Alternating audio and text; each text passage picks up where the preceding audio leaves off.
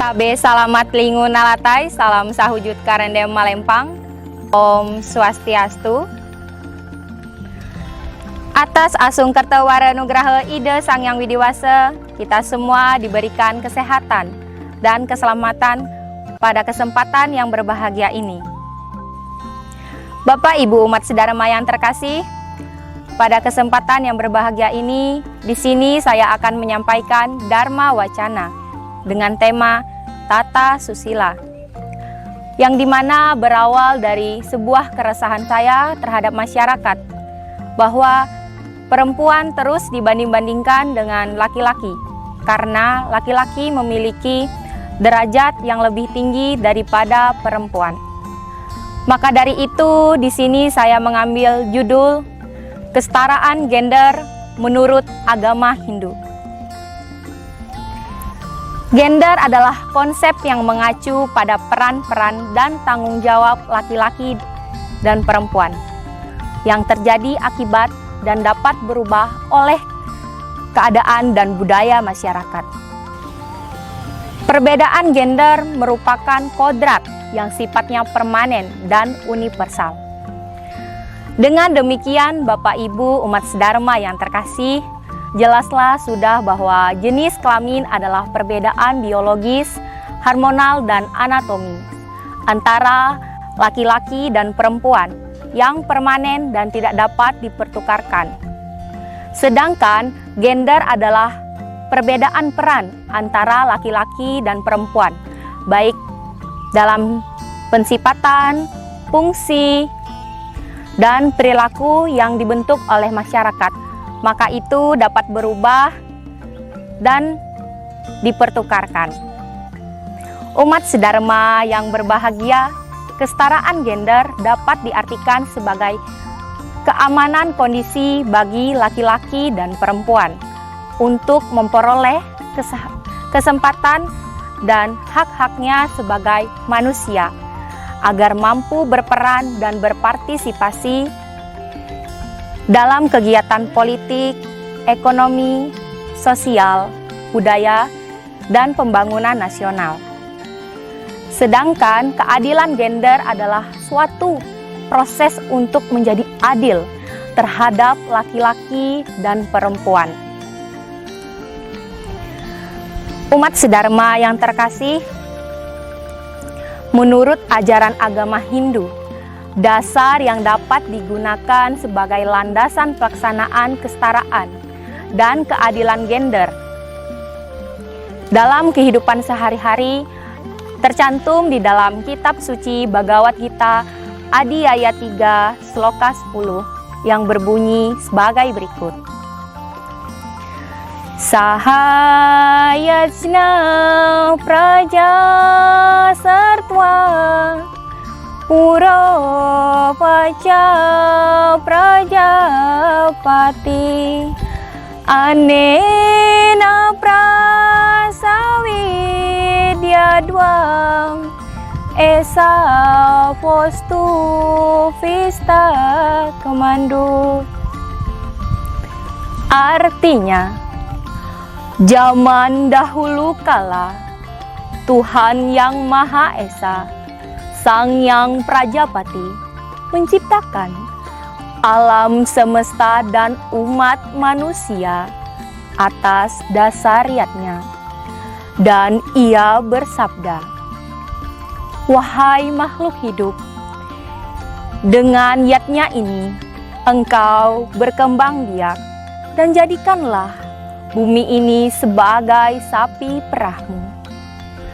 Selain di dalam kitab suci Bhagavad Gita, di dalam kitab suci Dharma Jati menegaskan bahwa, "Ya Tuhan, Engkaulah yang menciptakan dan mempersatukan kaum laki-laki dan kaum perempuan, menghidupkan dan mengembangkan dunia ini dalam tugas dan kedudukan di masyarakat." Bapak Ibu umat sedharma yang terkasih, dari penjelasan sloka dalam kitab suci jelas mengisyaratkan bahwa alam semesta beserta isinya diciptakan oleh ide Sang Yang Widiwasa melalui yatnya. Sehingga seluruh ciptaannya ini terikat oleh hukum karma.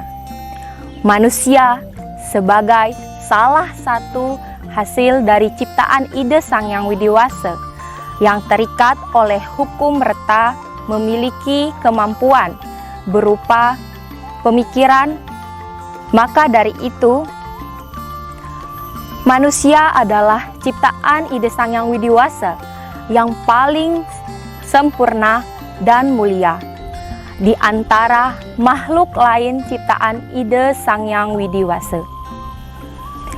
Maka dari itu, manusia memiliki kewajiban serta tugas yang sangat kompleks. Dapat dikatakan sebagai rahasia besar dan suci, seperti diibaratkan dengan untayan genitri yang tidak bertepi, tanpa ujung, terus melingkar. Bapak Ibu umat sedharma yang terkasih, kesetaraan gender harus disikapi secara arif dan bijaksana. Artinya, wanita dituntun untuk mampu mengkolaborasikan karir atau pekerjaan dengan urusan rumah tangga bila ia telah memilih menjadi seorang wanita karir. Kewajiban rumah tangga adalah kewajiban seorang perempuan, bukan laki-laki. Umat sedharma yang terkasih, menurut ajaran agama Hindu, wanita diporsikan memiliki kedudukan yang terhormat sesuai dengan kodratnya, seperti yang dijelaskan di dalam kitab Manawadharma Sastra Adhyaya 3 Sloka 55 yang berbunyi sebagai berikut. Wanita harus dihormati dan disayangi oleh ayahnya, kakaknya, suaminya, dan ipar-iparnya jika menghendaki kesejahteraan. Bapak Ibu umat sedharma yang berbahagia, dari uraian yang dijelaskan di dalam kitab Suci Weda, sesungguhnya nilai tawar perempuan cukup kompetitif karena secara hakiki Yang Widi menciptakan dua insan berbeda jenis kelamin ini dalam kapasitas yang saling melengkapi satu dengan yang lainnya. Jadi, keunggulan laki-laki ada kalanya tidak ada pada perempuan, dan keunggulan perempuan ada kalanya tidak ada pada laki-laki. Maka dari itu, kedua insan ini terdorong untuk saling melengkapi satu dengan yang lainnya.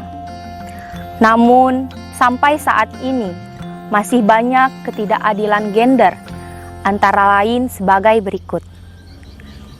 Yang pertama yaitu marginalisasi atau peminggiran perempuan. Yang kedua, subordinasi.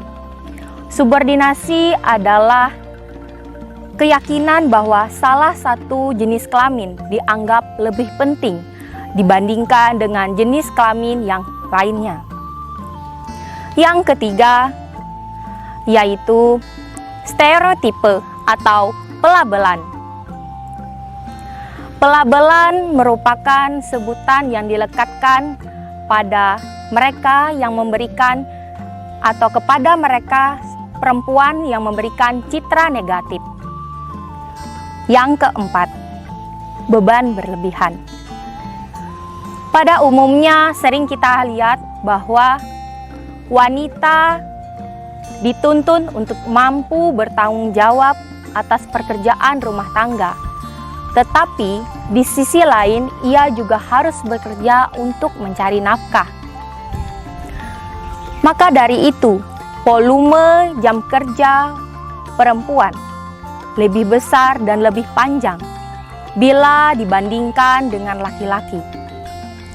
Yang kelima atau yang terakhir yaitu kekerasan.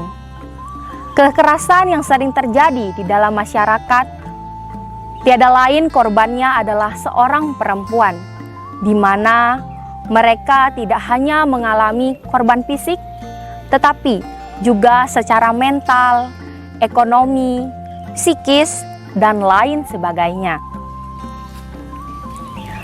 Bapak Ibu umat sedharma yang saya kasihi, melihat fakta yang ada di masyarakat dewasa ini, saya mengajak kita semua agar mulai berbenah diri, agar kesetaraan gender dapat terwujud dalam kehidupan di masyarakat. Kita mulai dari unit terkecil di dalam masyarakat, yaitu di dalam kehidupan sehari-hari. Kesetaraan gender tidak hanya sebatas diseminarkan atau didharma wacanakan, tetapi lebih daripada itu dipraktekkan di dalam kehidupan nyata, di dalam masyarakat, agar kesetaraan gender dapat terwujud. Seperti yang dinyatakan di dalam kitab suci Weda, bahwa dengan bahagianya kaum perempuan, maka doa yang kita panjatkan akan mendapatkan karunia dari Ida Sang Hyang Widiwasa, Ranying Hatala Langit, seperti yang sudah dinyatakan di dalam kitab suci Weda. Bapak Ibu umat sedharma yang berbahagia, sebelum saya mengakhiri dharma wacana saya pada hari ini, di sini saya akan menarik kesimpulan atau garis besar dari dharma wacana yang telah saya sampaikan, bahwa jenis kelamin adalah bukan pilihan, tetapi kodrat yang sifatnya yang sudah dianugerahkan oleh Ida Sang Hyang Widiwasa, yang tidak dapat kita pilih atau tidak dapat kita pertukarkan. Lalu yang kedua yaitu memberi kesempatan untuk orang lain mengekspresikan dirinya dalam memenuhi kehidupan dengan melalui yatnya.